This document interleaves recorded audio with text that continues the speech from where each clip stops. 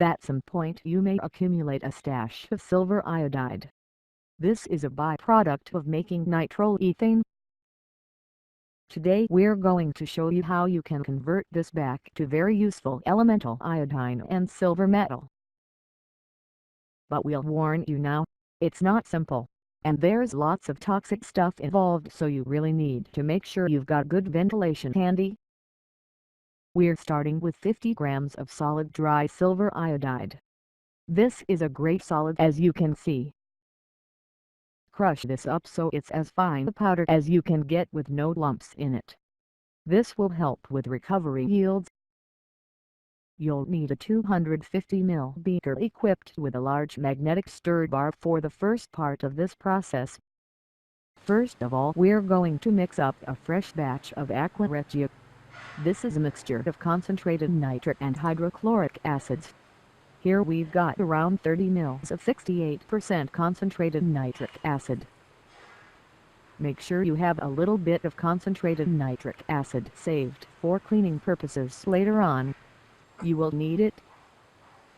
Let's first get this into the beaker. And now we've measured out 90 ml of concentrated hydrochloric acid. This is a 3-to-1 ratio of acids in terms of volume, which is the classic recipe for making aqua regia. We add this to the beaker containing the nitric acid.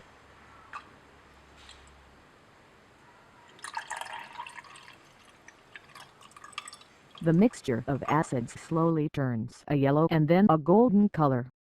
It also gives off some pretty nasty fumes to get your ventilation going and cover the beaker up as well.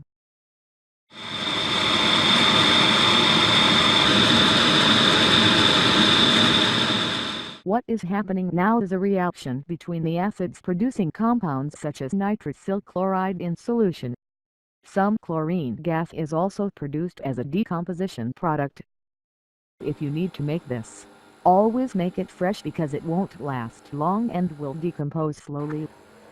It's also very toxic and corrosive to take care. After about 10 minutes the liquid develops its characteristic orange-golden color. So now we're ready. We're going to add the silver iodide to the aqua regia slowly.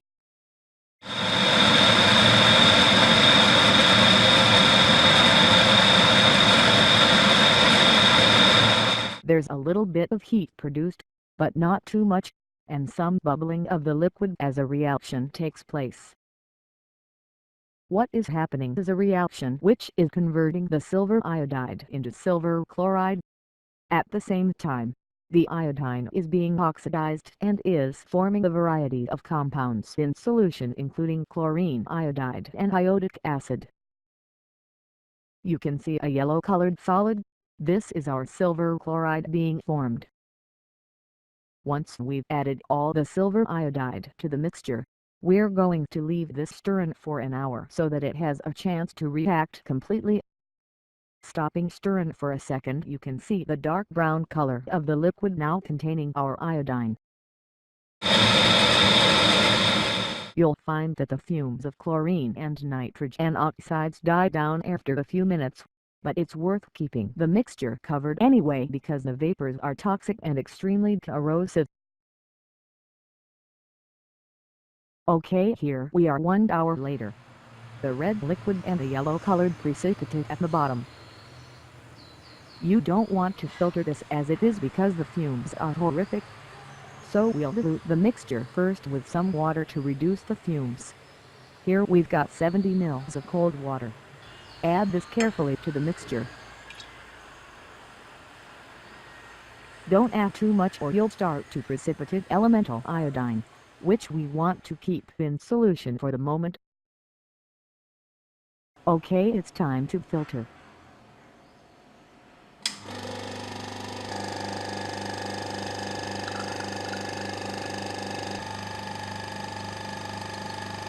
Wash the beaker out with another 100 ml of cold water.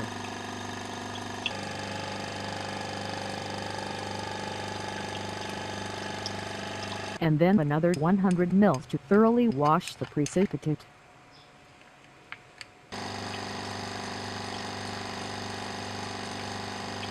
and then get it reasonably dry. Here's our silver chloride. It's quite damp still, so we didn't bother to weigh it. We'll come back to this later on to show you how to recover the silver. First we'll work up the filtrate, which contains the iodine, which is also a valuable product that we want to recycle. The filtrate is now diluted with the washing water, and you can already see some black crystals of iodine forming. We transfer this to a large beaker.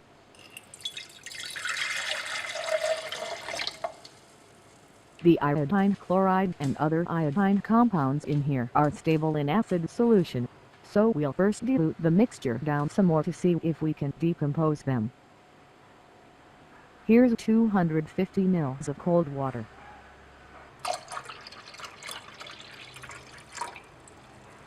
We let this rest for 2 hours in the fridge, as the decomposition does take a little while to complete. And now let's filter off our first batch of iodine.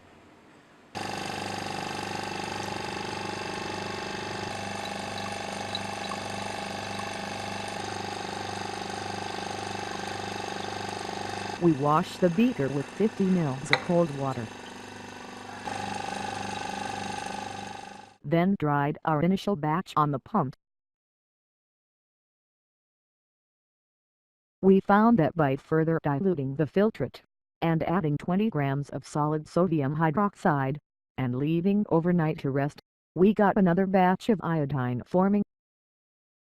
The original process we're working from suggests complete neutralization of the acid in order to recover the iodide. But we find that this isn't necessary if you dilute the mixture right down, and partially neutralize with solid sodium hydroxide. Here's our second batch.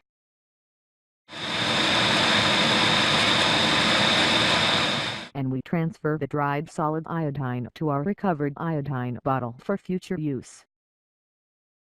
In total we recovered 21 grams of solid iodine. This is a 78% recovery yield from the starting silver iodide, which isn't bad. And it's quite a simple process. However, now we have to deal with the silver chloride that we've recovered. Here's our lumpy silver chloride precipitate, which turns dark on exposure to light. And here's 250 ml of 15% aqueous ammonia solution. Silver chloride will dissolve in aqueous ammonia to form a soluble silver ammonia complex. Don't be tempted to use concentrated ammonia, as this can lead to the highly explosive silver nitride being formed. Okay, let's add some of the silver chloride to the ammonia solution.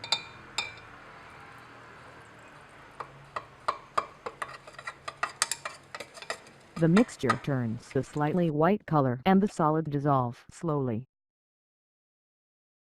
Let's get this all in, and we'll stir the mixture for about 30 minutes to get the solid to dissolve.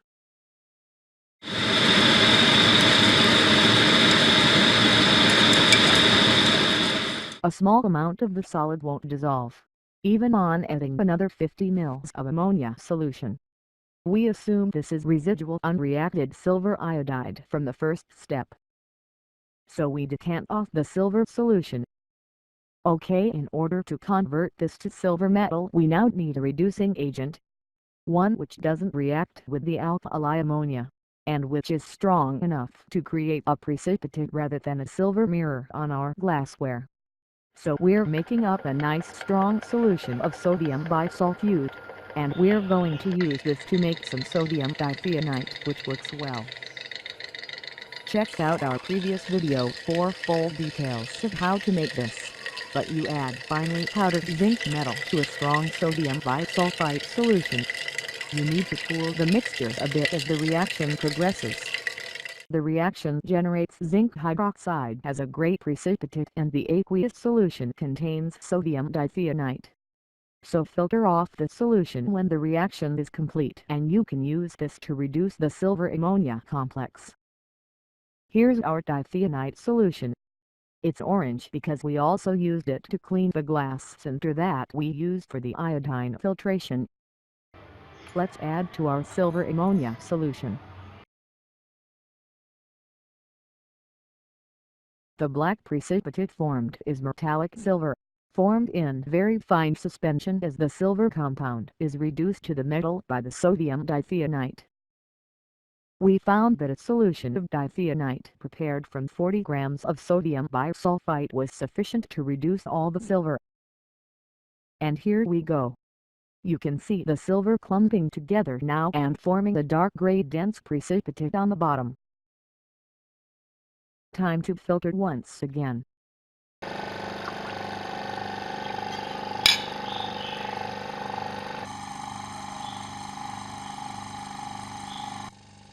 The filtrate should be quite clear and colorless. Wash well with water, then with 20 ml of absolute ethanol to dry the product.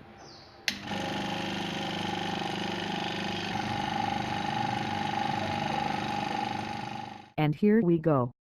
The dark gray dry powder of precipitated silver metal. We collected 19.9 grams, which corresponds to an 87% recovery yield.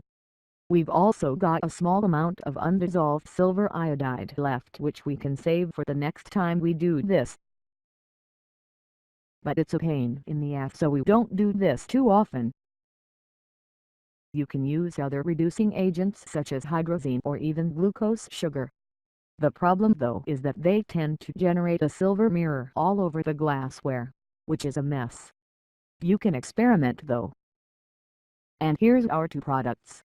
Silver metal and solid iodine. Two individual elements, recovered from silver iodide, a molecule of both these atoms. Which is kind of neat.